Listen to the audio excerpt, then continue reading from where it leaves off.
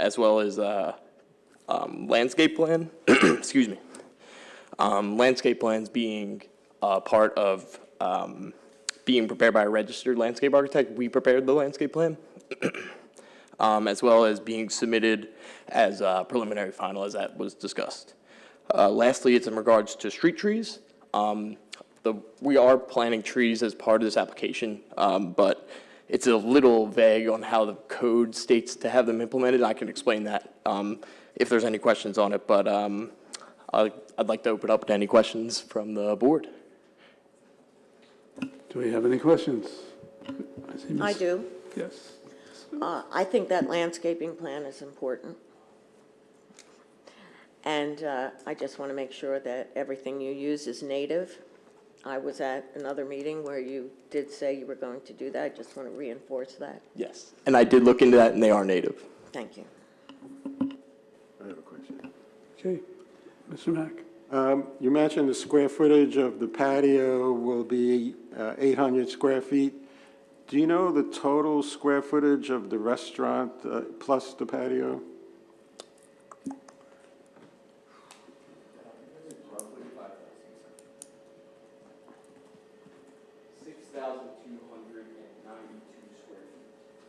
Six hundred, 6,000? 6,292 square feet. That includes the patio? That's just the building.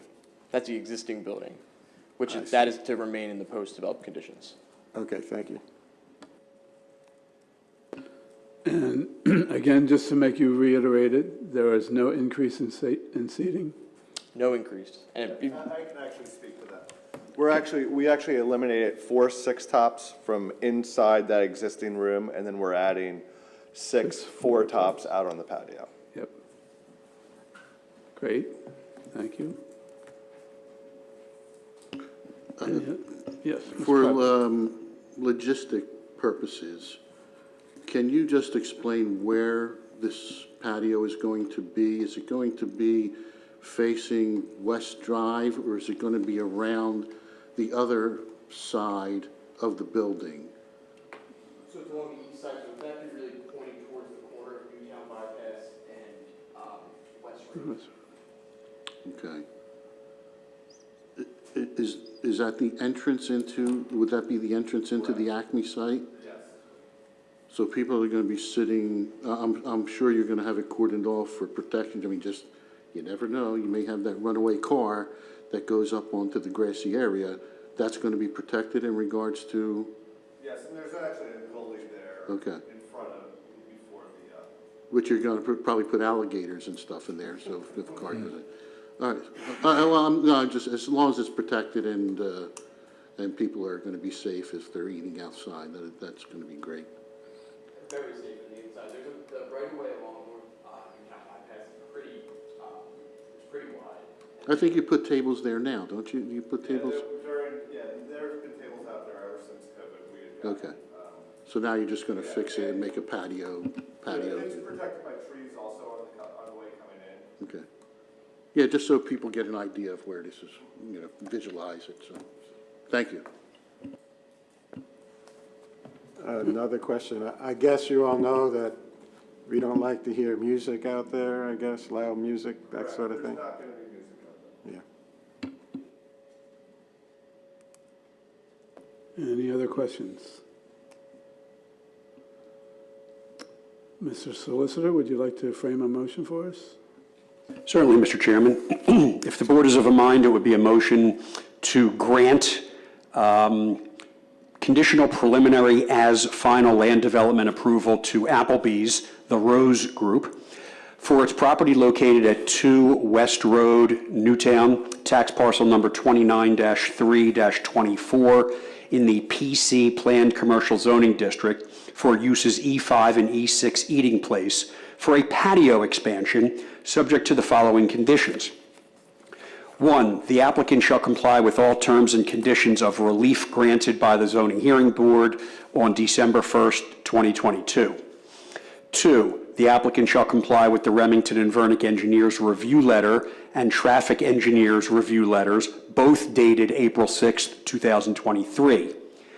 3, the applicant shall comply with the CKS review letter dated March 13th, 2023. 4, the applicant shall comply with the Bucks County Planning Commission's letter dated March 21st, 2023. 5, the applicant shall comply with the Newtown Township Emergency Services Department letter dated March 3rd, 2023. 6, the applicant will secure a new letter from the Bucks County Conservation District if the erosion and sedimentation control plan is revised and/or required by the Bucks County Conservation District. 7, the applicant shall execute development, financial security, and stormwater operations and maintenance agreements in a form satisfactory to the Board of Supervisors and the Township Solicitor. 8, the applicant shall secure any and all permits required from any agencies having jurisdiction over this project, including but not limited to the Township, Bucks County, the state and federal governments, including the Bucks County Conservation District, PennDOT, and the Pennsylvania Department of Environmental Protection. 9, the applicant shall provide a will serve letter or appropriate agreement from the appropriate water and sewer company confirming the availability of public water and public sewer for the project. 10, no use shall be permitted which is noxious or offensive to the immediate area by reason of odor, dust, smoke, gas, vibration, illumination, or noise, or which constitutes a public hazard or fire, explosion, or otherwise, and a note shall be added to the plan so indicating, including the fact that there shall be no outdoor music. 11, all lighting shall comply with all township ordinances, except to the extent any waivers or variances have been granted, and no glare shall extend onto adjoining properties, and a note shall be added to the plan so indicating. 12, the applicant shall execute a declaration of unilateral restrictions and covenants in a form acceptable to the township as it relates to the notes contained on the plan, which declaration shall be subject to the approval of the township and recorded with the final plan. 13, the applicant shall provide sufficient landscape buffering so as to preclude headlights from the property from impinging upon nearby intersections. 14, all review and professional fees shall be paid in full by the applicant as required under the Township Subdivision and Land Development Ordinance for all prior reviews and those in connection with this approval. 15, native trees and shrubs will be used for the landscaping wherever possible. As the applicant has a non-conforming lot close to major roadways and rights-of-way that may impact the placement of required trees on the site, the applicant will further discuss the situation with the township when the landscape plan is prepared and may be required to plant said trees elsewhere within the township or pay a fee in lieu of same.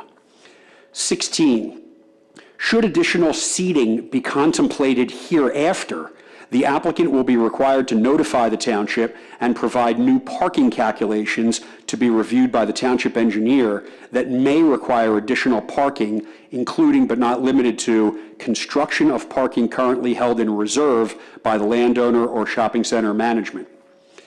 And finally, 17, all new construction shall be ADA compliant. Those are the conditions. The waivers granted will be as follows. First, a waiver from the requirement that the plan be drawn to a scale of either 1 inch equals 50 feet or 1 inch equals 100 feet. 2, a waiver from all SALDO, Subdivision Land Development Ordinance provisions that require that the plan be prepared by a registered landscape architect. And third, to a waiver from the requirement that preliminary and final plans be presented separately to allow them to be combined in this case. That's the motion. Do we have a second? Got a motion and a second? Yeah, we need, did we make a motion? We got a motion. I framed the motion, somebody's got to make it. Okay, We have not moved it yet. okay, I thought that's what Kyle just said. No, I was suggesting that no one made the motion. I'll make the motion. Okay. We have a motion, do we have a second? I'll second. All right, thank you.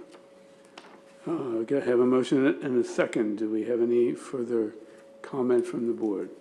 Yeah, just a point of explanation, Mr. Solicitor. I know we always throw around the terms E5 and E6. Can you just elaborate on what E5 and E6 is? Certainly, Mr. Calabro. Use E5 is an eating place, otherwise known as a restaurant, but called an eating place in the zoning ordinance. And E6 is an eating place with drive-through, but while this will not have a drive-through, the zoning officer has interpreted that to mean takeout food. So there will be the ability to take out food from this restaurant. And just one other thing.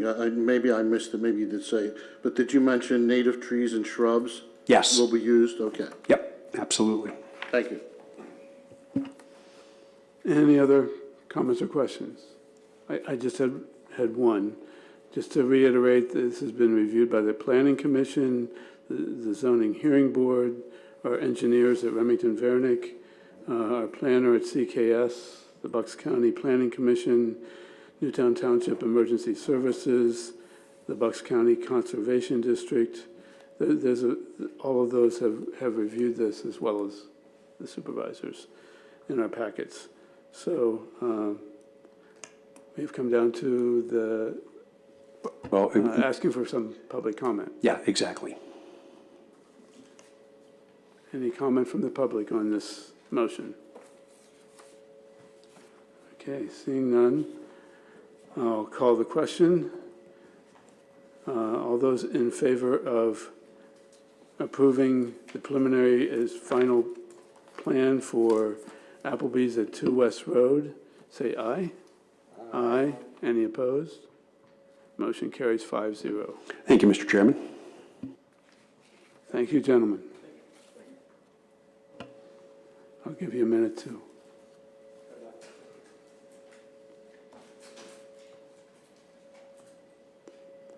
Okay.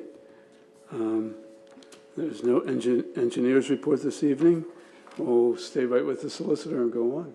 Thank you, Mr. Chairman. First item on our report this evening is consideration by the board of the adoption of a resolution supporting the repeal of the Sterling Act. This was authorized to be drafted and placed on this agenda by the board at its last meeting. We have taken what has been generally a recommended form resolution provided by the Bucks County Association of Township Officials. We have made it a Newtown resolution, and it is before the board this evening. It would be appropriate for a motion to adopt the resolution supporting the repeal of the Sterling Act. Do we have such a motion? I'll make the motion. Okay, we have a motion to, do we need a second? Thank you, Mr. Calabro. Any discussion from the board? Yes, Mr. Solicitor? Sir. I think the non-resident rate to Philadelphia is 3.448, correct? I believe that's correct. So any resident that lives in Newtown, works in Philadelphia, will now pay 2.448. Would that be correct? And 1% to Newtown. Well, yeah, that's what I'm Yes. saying, but to Philadelphia, it would be 2, Correct. not 3. Correct. Okay. If the legislation is passed, ultimately. Well, a follow-up question, how long will this take? What's the anticipated? That's a state rep question. Because don't the know. state senate has passed it. Right. The state senate is done with it. It's the state rep, it's the state house that has to now move on it. Gotcha, thank you. Thank you. Any other comments from the board? Any from the public? Seeing none, I'll call the question. All those in favor of adopting the resolution supporting the repeal of the Sterling Act, say aye. Aye. Any opposed? Motion carries 5-0. Thank you, Mr. Chairman. Next item on our agenda is the consideration of a request by the Newtown Athletic Club for the release of its maintenance financial security.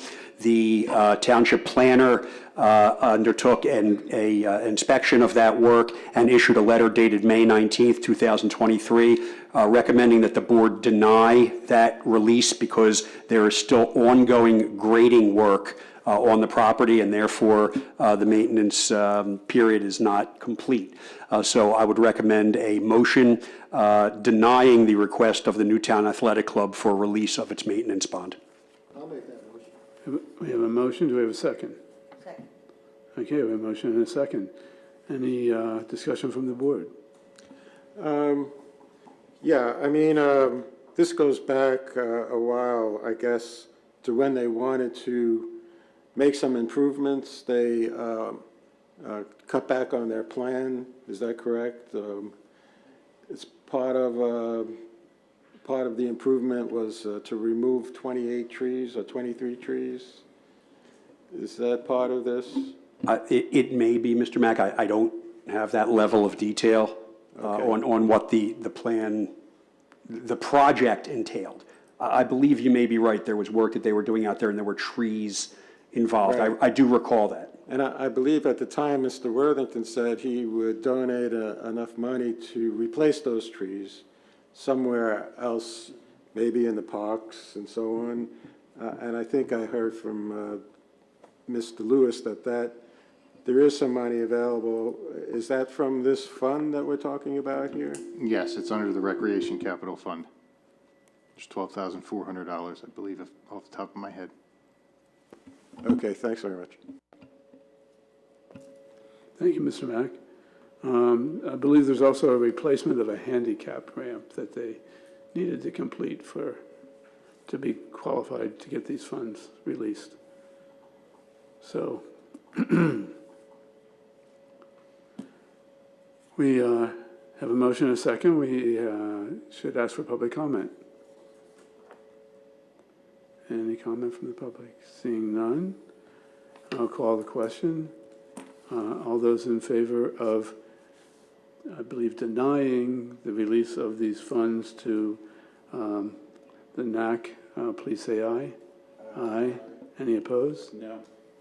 Motion carries 4-1. Thank you, Mr. Chairman. Third item on our agenda this evening, we will sort of bifurcate these. This is consideration of the zoning hearing board application scheduled to be heard by the zoning hearing board on June 1st. The first two, William Zablewski and Sharad Kalshik, are residential applications. Does the board wish to take a position on either of them? Sounding or hearing crickets. We do have a third item, DeLuca Construction, 70 Twining Bridge Road. At your last meeting, the board authorized me to write a letter to the zoning hearing board opposing this application. Since then, counsel to the applicant has requested the opportunity to be heard on the matter, and the township accorded him that accommodation. Mr. Blackburn is here this evening to address that matter. Yeah, and thank you for the courtesy. Joe Blackburn from Whistler Pearlstein here on behalf of the applicants, DeLuca Construction, with respect to its application concerning the property at 70 Twining Bridge Road. The subject property consists of approximately 3.1 acres and is located in the CM Conservation Management Zoning District. As presently constituted, the property is improved with an approximately 2.5-story single-family detached dwelling, a 2-story accessory residential dwelling, which is used as an apartment, and a barn, all of which structures are in candidly, an advanced state of dilapidation. As a part of the present application to the Newtown Township Zoning Hearing Board, applicant is seeking relief necessary to accommodate the subdivision of the property into 2 lots and the improvement of each of those lots with a single-family detached dwelling. In furtherance of that effort, we did appear before the Newtown Township Planning Commission at its meeting on April 18th, at which time they recommended that this board take no action in relation to the application. This board then considered the application at its meeting later in April, and ultimately, by a 4-1 vote, decided to oppose the application via letter. Unfortunately, we weren't able to participate in that hearing, hence leaving the only board that has considered and heard from the applicant in favor of not taking a position. So we thought it prudent to come and afford you the same courtesy that the Planning Commission had and information the Planning Commission had in making its decision, which again was to not take a position with respect to this application. For the purposes of orientation and background, the subject property is located amongst three single-family detached dwelling communities, those being the Devonshire community, Nob Hill, as well as Newtown Meadows.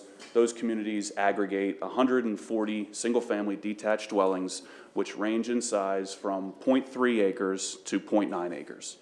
So 140 units in the immediate vicinity of that acreage. Our proposal is for 2 1.5 acre lots, which would be upwards of 5 times the acreage in the area. A little bit of background, going back even further.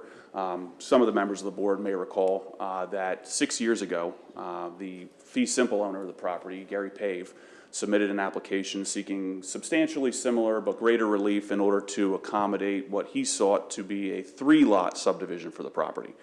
That application was met with some resistance from the neighboring residents on Declaration Drive, across Twining Bridge, as well as to the north and west.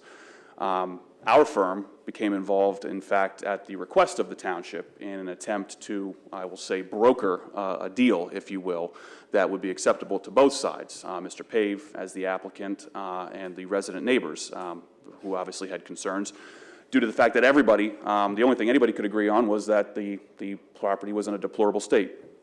We held a meeting here at the township, or in a conference room at the other end of the hallway, in August of 2017, attended by those resident neighbors, and the results of that meeting were that 2 things. First of all, that everybody had kind of grown tired of Mr. Pave and his efforts, and second, that the neighbors would favor a 2-lot subdivision as opposed to a 3-lot subdivision.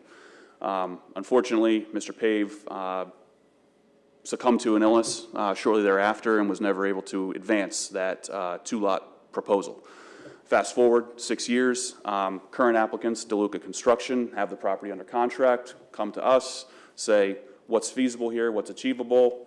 I relay to them essentially the same thing I've relayed to you, that, hey, 6 years ago, everyone seemed on board with 2. That would be 5 times the acreage that we're seeing in the immediate vicinity. I think that's achievable. Again, Planning Commission thought so.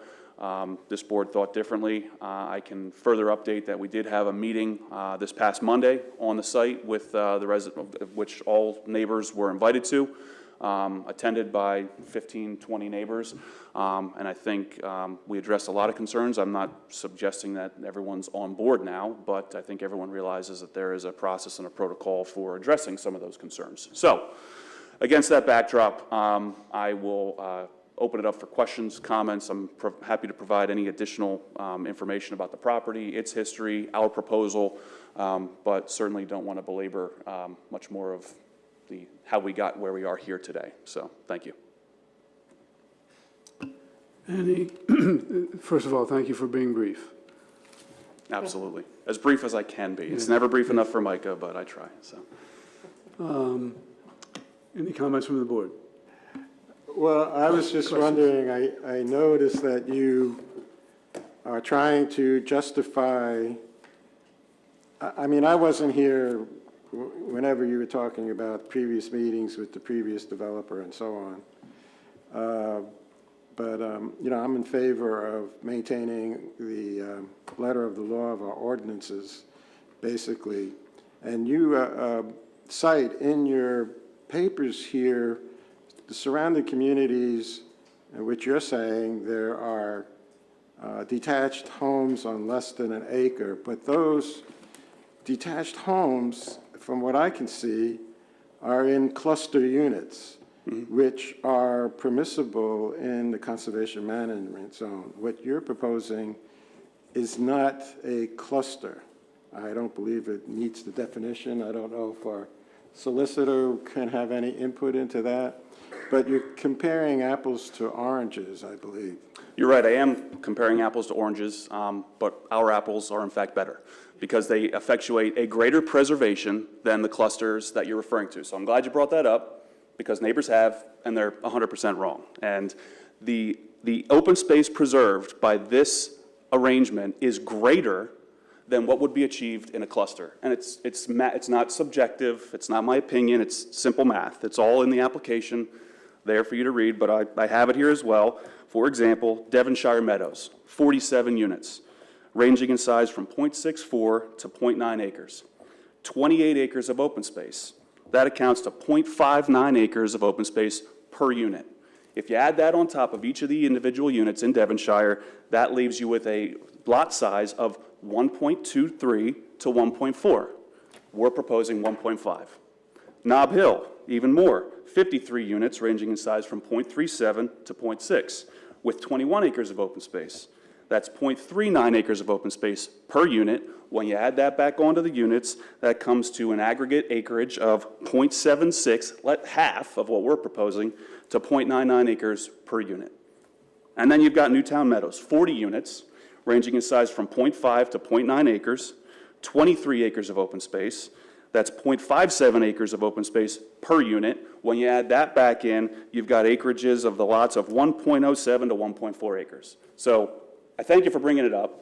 I realize that's the perception, but our lots are bigger than would be achieved by the cluster development, even if you took all that open space and sprinkled it back over all the lots. So we are achieving a less density than is even contemplated in those cluster developments. Okay, I get your point, but the other consideration I had was, once these homes go in, I mean, we're talking about, you know, maybe preserving some open space. You mentioned that. There'll be open space on those lots according to this plan right now, but then people come back and say they want a pool, they want more decks, and so on. And I know in other developments in the Conservation Management District, they put restrictions on what you can do even on their own property in terms of leaving it preserved space. So there's no guarantee here that you know, once this goes in, that would be the case. Yeah, well, there absolutely is. Again, I'll disagree. This would obviously go through subdivision and land development, at which time this board, has the opportunity to put any conditions that they see fit, or make a recommendation to the zoning hearing board that they hypothetically wouldn't be opposed to the relief if the applicant were agreeable to do so. So there's absolutely the mechanism to do that. So they're of record, they are in perpetuity, recorded against the properties. You're saying we could specify that the impervious surfaces, we want absolutely to maintain the minimal impervious surface, not allow the development of pools and decks and so on. Is that what you're saying? Well, to the first, yes, and that's very routine. We do that all the time. In a multi-lot subdivision, we often allocate specific impervious or building coverage to a lot. I don't know that we would get as granular as to say what they can and cannot do with that impervious. That's candidly seems a bridge too far, but to your point, absolutely. If there is an inclination to limit the impervious via declaration, deed restriction, note on the plan, probably all of the above, to what the current impervious is, that's entirely possible and routine, candidly. Wouldn't that, if there were some kind of restrictions, wouldn't that impact the sellability of the property? I'm assuming the developer wants to sell these two houses. I mean, I think we're getting a little far afield of the concerns for a zoning hearing board. The answer to your question is yes. I would imagine they would have an impact on the saleability, but DeLuca Construction is they're big boys. This is their business. If that was something they'd be amenable to, then that's something that they think they can work around, and I would feel confident that that would be something that they would be able to work around. Thanks. Appreciate it. I was the one who voted for this last time, and I wanted to just explain my vote and see if it's still valid. My vote was based on, I live in Nob Hill. Okay. So I walk around that area a lot. My vote was based on discussions I had with neighbors, maybe going back to that 2017 time when they were thinking of a two-lot subdivision. Mm-hmm. It was also based on the fact that if a little more density was a price to pay to get the area cleaned up. That seemed to be something the neighbors would agree to, but, or at least some of the neighbors. I know there's some neighbors here that aren't. So, Feel differently, yeah, but that remains the case, absolutely. And we are prepared to, and were we here in April of this month, would have at that time relayed that, yes, the cleanup costs for that property are astronomical. You've got asbestos in all of the buildings, you've got underground storage tanks, you've got above-ground storage tanks, you've got underground storage tanks that have been removed from holes with holes that haven't been closed up. You've got an unreclaimed well, which, if anybody knows how deep a well goes, you can imagine how deep that hole goes. All of these things are very detrimental to the current safety and condition of that property, and all of which would absolutely be remediated as a part of this proposal. You mentioned asbestos. It's a very dangerous situation. To remove that requires specialized. I'm aware, that's why the costs are so high. Well, is the DeLuca company qualified to take care of asbestos? Not themselves, but subcontractors certainly charge a pretty penny for that. But they'd probably rather do it themselves and save the money, but no, I the know cost it to costs remove a it pretty penny, yes, is significant part of the remediation cost to the property, yes. No, okay. it would not be the DeLuca boys here themselves with N95 masks on, but there are professionals that do that, and therein lies the cost. It sounds like Brooklyn, I don't know. 3 brothers and a cousin, so I'm the only one not related by blood to these guys, so. Okay. so I want to hear what other board members say, but if they have anything to say, but also if there's any neighbors. Certainly. Anyone else? Anyone from the public want to?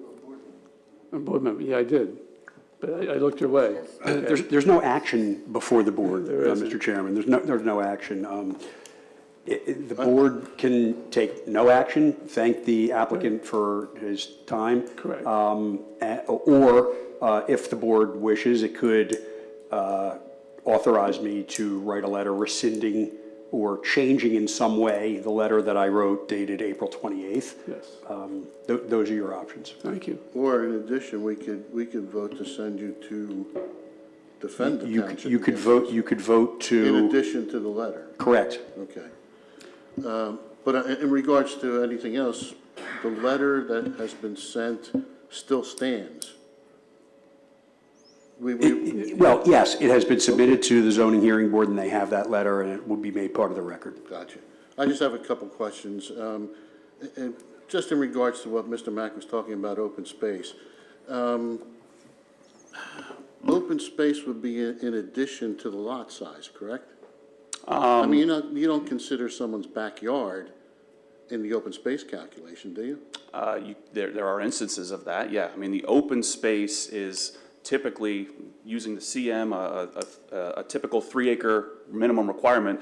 You can have a 3-acre lot that's all deeded to the owner, or you can have a 1-acre lot that has 2 acres of separate open space.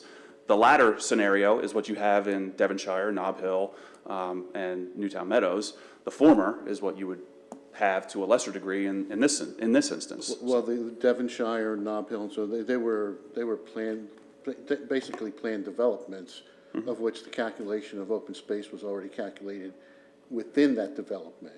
You're talking about individual pieces of property that, like Mr. Mack says, if you're going to include hypothetically their backyard as open space, that may limit them if they want to put a swimming pool in there, provided they are within the calculations of the open space.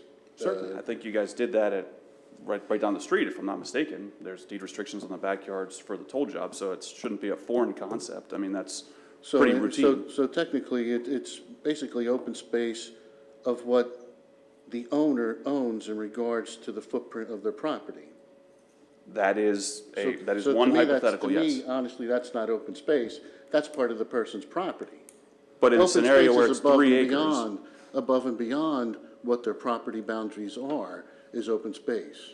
But that's not what the ordinance requires, respectfully. The ordinance requires an aggregate, without a variance, the ordinance requires an aggregate of 3 acres. It doesn't matter if 5 square feet of that, well, no, it does. If anything more than an acre of that can be separated, or you can have 3-acre lot, which satisfies the CM district's open space requirement. Are these properties going to be formed within some sort of association? I don't think that would be necessary under the 2017 proposal. They would have been because they had a shared driveway.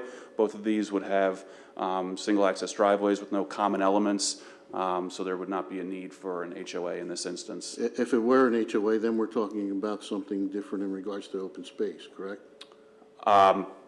You could have an HOA for the sole purpose on 2 lots. Seems a little excessive, but yes, you could create an HOA to manage the areas of those lots that is deed restricted. That would be a little atypical for a 2-lot subdivision, but certainly achievable. Yeah.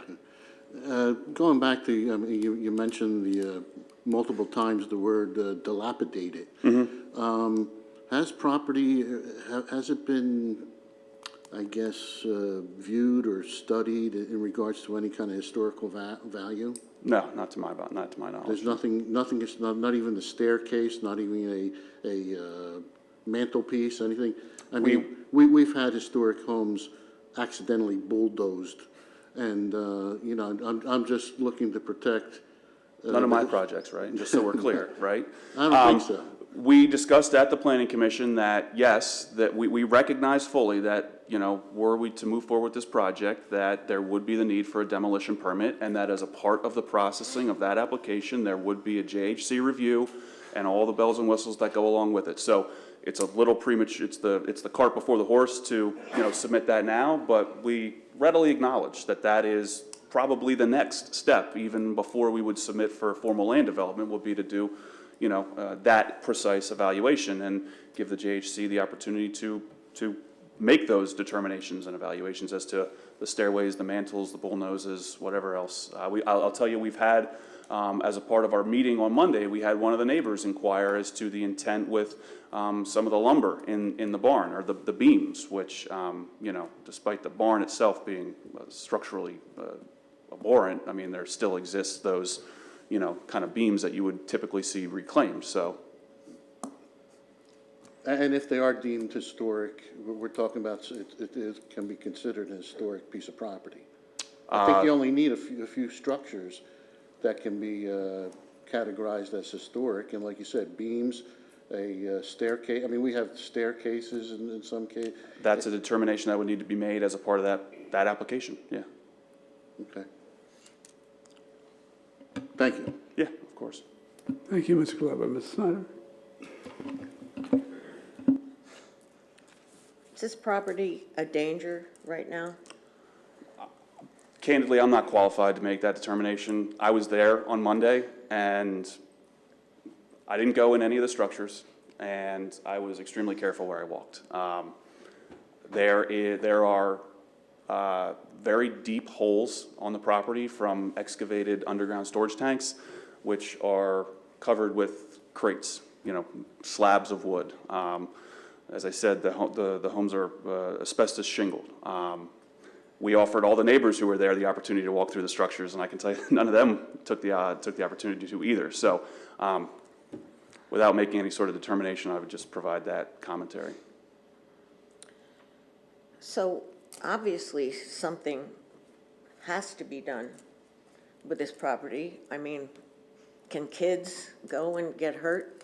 I'm just trying to get myself up to speed as far as this matter, yeah, and the things to be considered. If it's a danger, do we have a responsibility to take care of it in some way? And if it's not building on it, are we as a township prepared to, or do we have the money to make it whole again, or take down what's hazardous? So just for my edification, I'd like to know those things before I can reasonably even think of making a decision. Mr. Lewis, do you have an answer to that? That's more of a code enforcement issue. If there is violations on that property, they would be cited, and they would be required to repair those violations in a certain period of time. If that didn't take place, they would end up in district court, Who's they? The owner? the owner of the property. Which, to be clear, is not the applicant. And I think Okay. Micah would confirm that there have been a myriad of NOVs over the years, which are addressed and then lapse and address and lapse. So this has been an ongoing issue for the last more than 6 years. And just to be clear, barring some NOV or code enforcement action, that's going to continue to be the case, absent I won't say this is the only option, but absent this, my clients are the equitable owners of the property. They're looking to close upon it to do this. They are not invested. They've not contributed to this condition. We recognize that there's a sordid history with Gary and his wife from the neighbors. And we're just looking to kind of clean that up and hopefully do it in a means that, everybody's happy with a safe and high-scale product at the end. Yeah, I'd like to make a motion to send our solicitor to oppose the application. We have a motion, do we have a second? Second. Okay, we have a motion and a second. Any discussion on the motion? Why would you want to do that? I don't think it should be subdivided. And secondly, I do have concerns that it is a historical building. Or has historical value, I should say, not registered historical.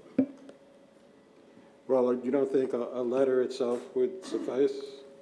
I think after what I've heard about the historical nature of the buildings, I decided that it was, in my opinion, worth sending a solicitor rather than just a letter.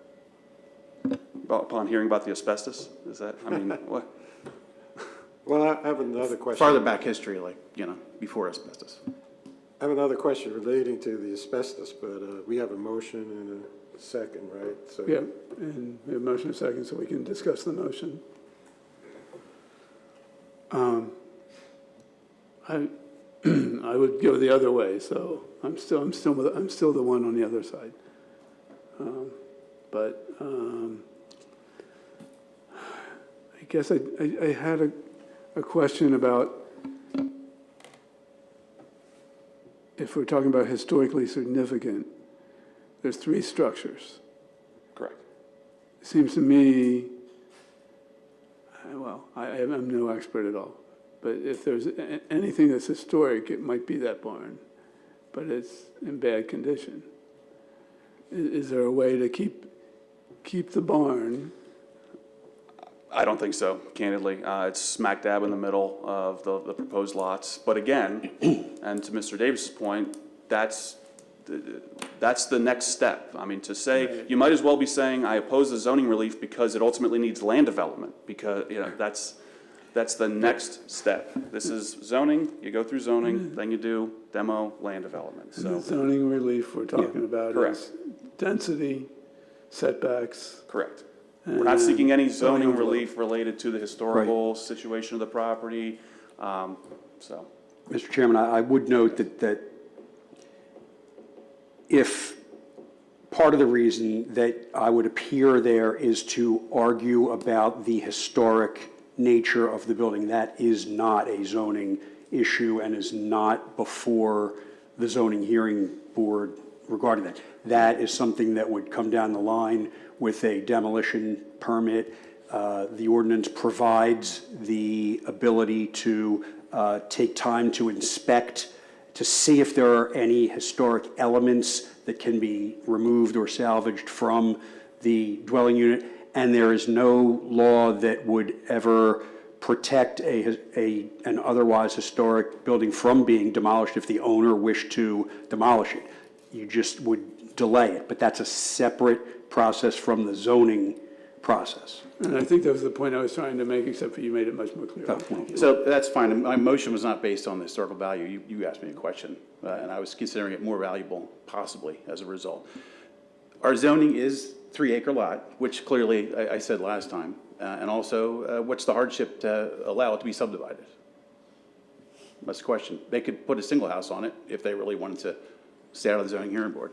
So- No, that's, I mean, and if it truly is a question, I'll answer it. No, we can't, based on the remediation costs that are associated with the many issues on the property, multiple hundreds of thousands of dollars, which are not recoupable with a single family. This is just not. If it's not two, it'll be what it is, and it'll continue. Well, I'll probably be here in another 6 years, and we'll be having the same conversation, except the structures will be 6 years worse condition. That's just the reality. Is cost of hardship, according to the law, for the zoning hearing board consideration? I'm sorry? Was cost considered a hardship? Under Hertzberg, for a dimensional variance, yes, explicitly. Oh, that's on our solicitor, but thank you. Economic harm or damage alone, standing alone, cannot support the issuance of a variance. Hertzberg has been explained by its progeny, but there may be other, I don't know, I haven't heard the applicant's case. There may be other factors in addition to economic issues that would, in tandem, allow the issuance of a variance. Again, the zoning hearing board is going to hear this case and decide it under the law. If the township wants to appeal that decision, it can have that opportunity too. Okay. Any other comments from the board? How about from the public?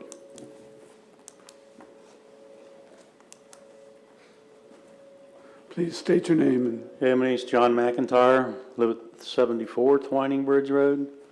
I'd just like to restate my opposition to this project here, because apparently what I'm seeing is there's never been any consideration taken for what that's going to do to our property.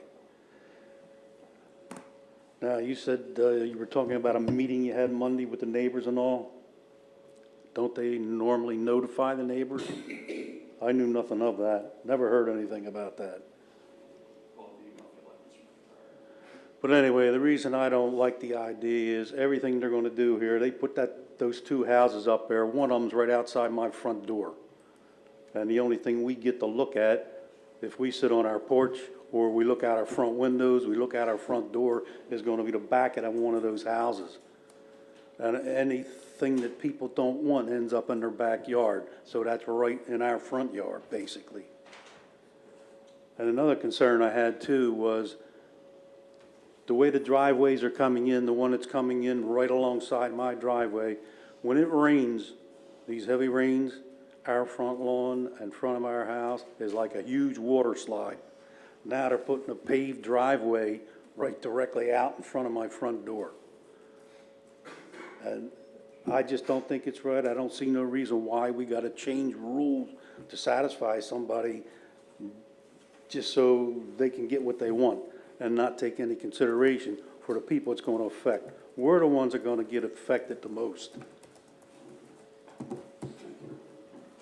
thank you, Mr. McIntyre. Did you want to continue? I'm sorry. Pardon Maybe they distracted you and you stopped talking. I didn't know if you were finished or not. I'm sorry. Oh, okay, yeah, that's about all I can say, really. Thank you. Thank you. Yes, please. Hi, I'm Mike Ewald, Mike. above him. I guess the question I have, since we're trying to break conservation management that's been in effect for 35 years, has it been done before, and what was the reason it was done? You have that answer? No?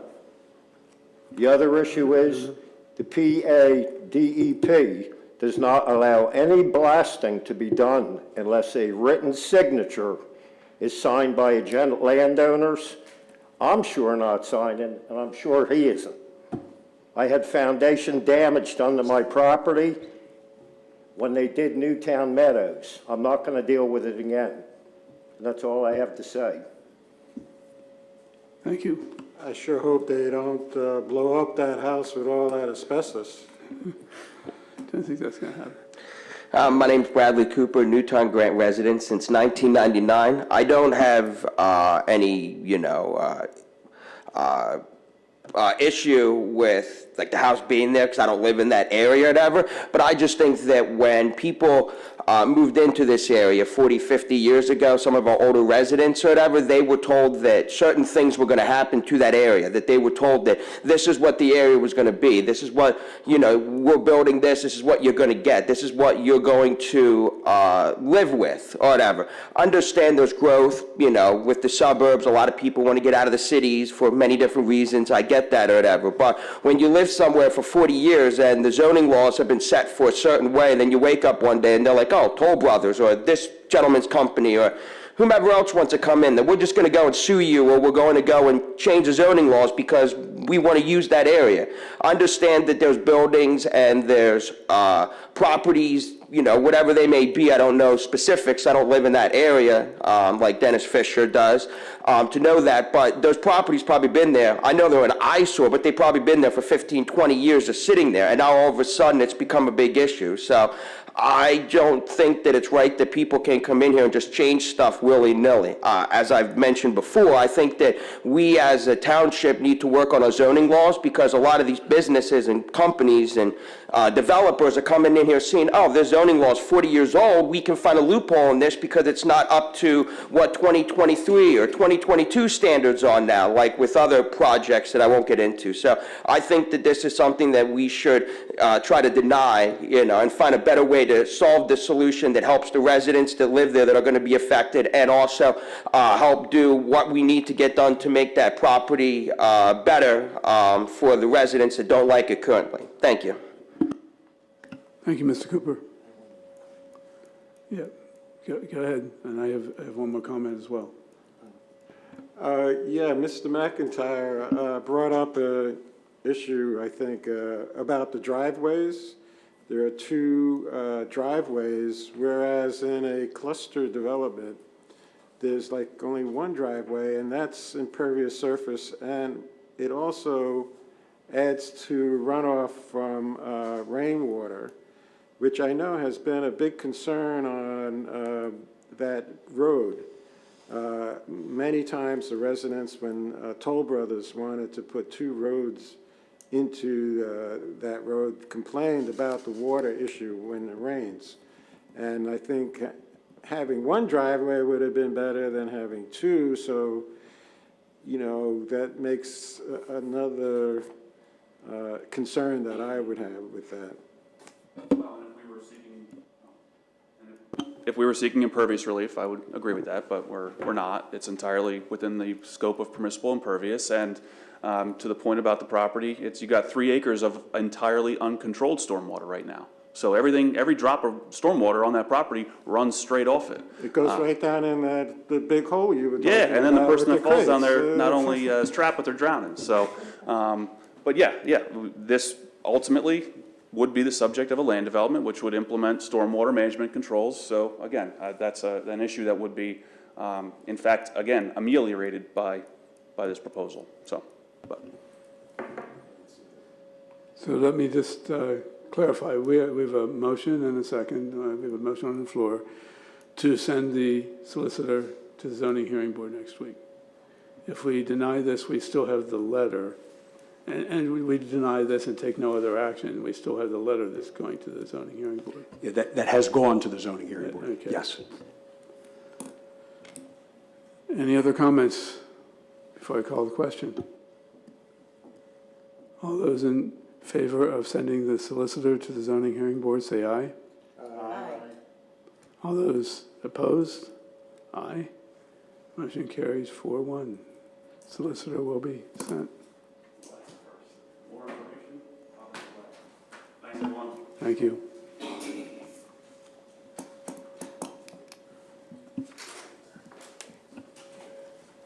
Give the gentleman a chance to depart.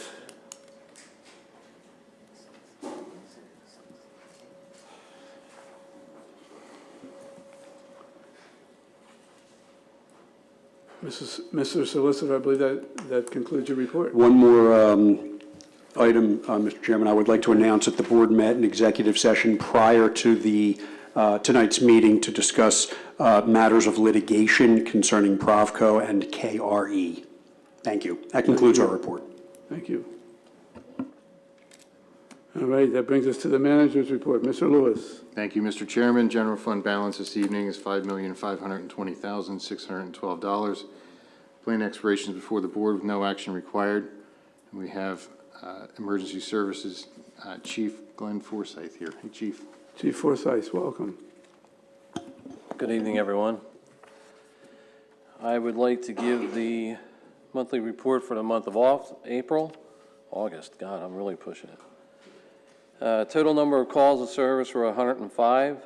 We completed 74 fire safety inspections in Newtown Township, 2 use and occupancy inspections, and 18 fire safety inspections in Newtown Borough. The month of April, we responded to 22 alarm systems, 51 EMS calls, 1 auto extrication, 1 building fire, 2 fumes in calls, 3 water flow alarms, 1 wires in call, 1 hazmat incident, 4 brush fires, 1 domestic rescue, 5 dwelling fires, 1 assist to squad, 2 traffic accidents, 1 fumes call, and 1 wires call. Obviously, we all remember April 1st, we had our tornado in Newtown. April 2nd and April 23rd, the Fire Association and staff from Emergency Services conducted our live burns. We're required to do a live burn, at least 1 per year. We have another one coming up in October, so if you'd like to come out and see and observe what we do, you're more than welcome. I'll give you the date when it gets closer. We responded to 1 working fire with Lingahaken. That fire was in Upper Makefield Township. That's a section of Upper Makefield Township that Lingahaken covers. And we've continued to assist the police department in the ALICE drills that they're conducting in the Council Rock schools. That is my monthly report. If you have any questions, I'd be more than happy to answer. Any questions for the chief?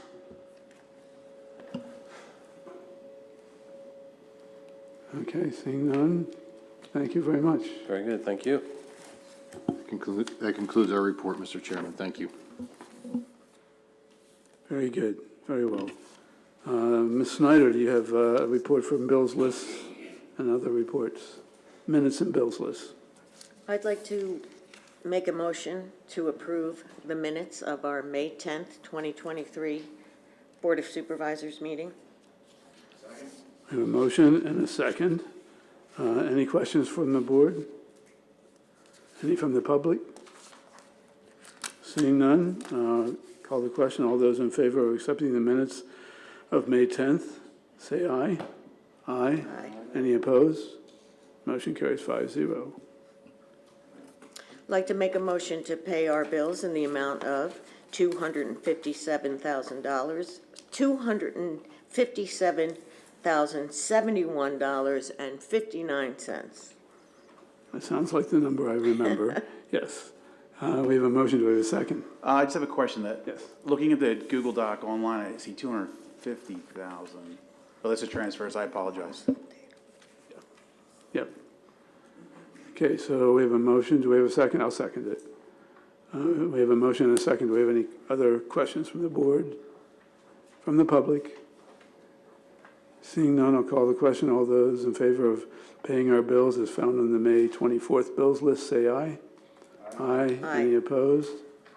Motion carries 5-0. I'd like to make a motion for our total of interfund transfers in the amount of $250,000 even, to approve our interfund transfers. We have a motion. Do we have a second? Second. Motion and a second. Thank you. Any questions from the board? Any from the public? Seeing none, I'll call the question. All those in favor of paying our interfund transfers as found on the May 24th, 2023 bills list, say aye. Aye. Any opposed? Motion carries 5-0. That brings us to our second round of public comment.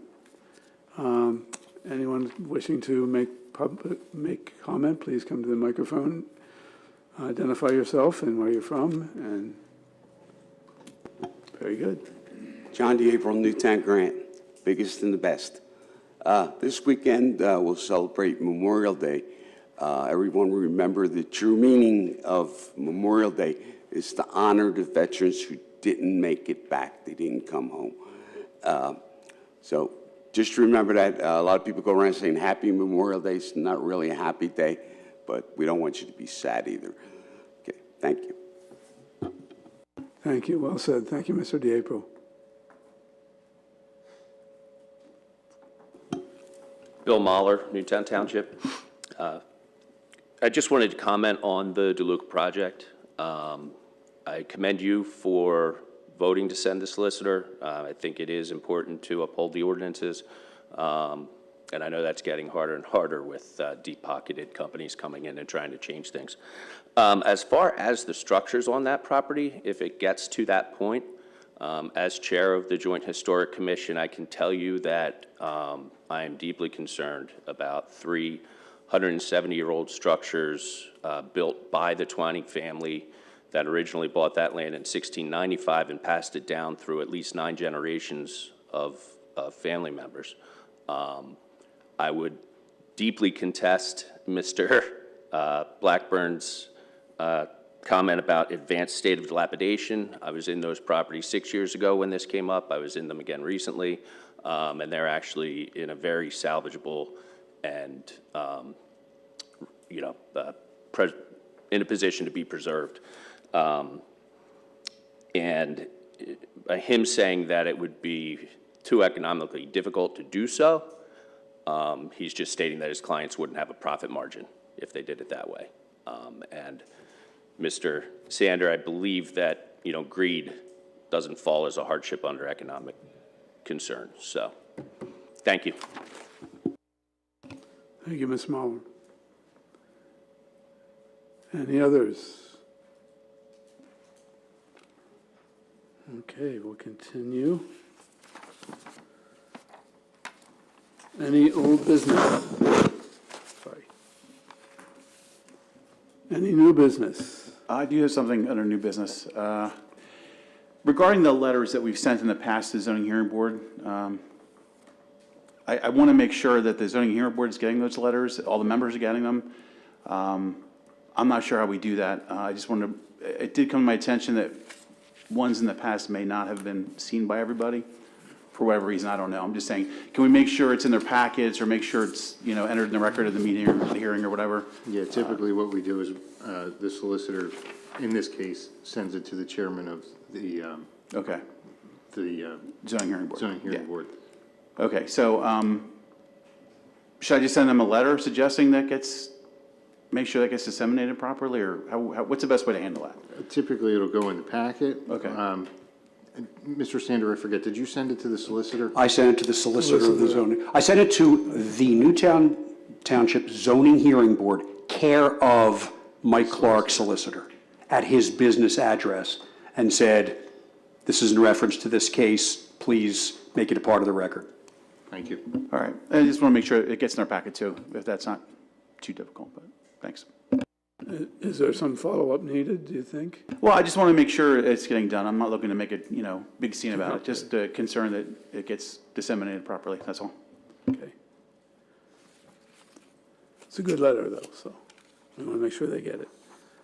I have a piece of new business.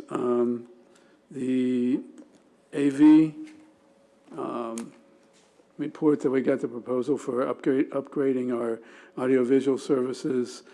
I think I've mentioned it to mostly everybody on the board, of having a work session before one of our meetings coming up. I'm kind of looking at the July meeting. We'd come in and do the work session for AV from 6 to 7 and then have a regular meeting after that. That way our video technician doesn't have to come twice. And You're talking July 19th? whatever the meeting is in July 14th, I believe. 3 weeks from to now. Is it? Oh, July, I'm thinking June. Yes. So July 12th would be our regular meeting. Okay, so When would you want them in, work session? we would like the work session to be like 6 to 7 o'clock on July 12th, On July 12th? Wednesday, July 12th, and then to be followed by our regular supervisors meeting at 7 o'clock. I'm sorry, Mr. Fisher, the hour 6 to 7 on July 12th for what purpose? For AV, to review the AV proposals. Oh, the AV proposals, okay, thank you, thank you. You're welcome. Yeah. That would have to be advertised, because it's not the normal starting time. And that's part of my reason for waiting until July as opposed to June. Right. And it gives us a chance, I think we talked at the last meeting about preparing any questions that we had in advance for Mr. Jim to answer. So please do so, and we have a month to do so. Okay, any other new business? Okay, seeing none, we already made a statement about the executive session that we had this evening. Seeing none, and without objection, I will adjourn the meeting. Thank you, everyone.